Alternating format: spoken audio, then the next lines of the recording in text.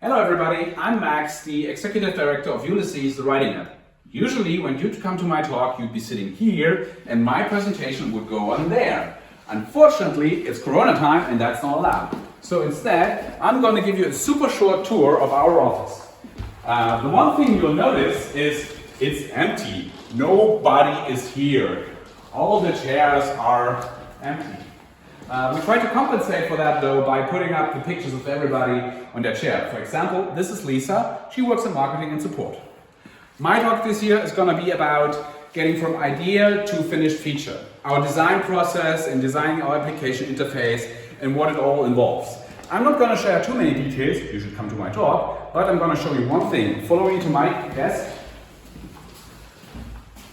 This little buddy here is the Apple Design Award that we won for our application interface design.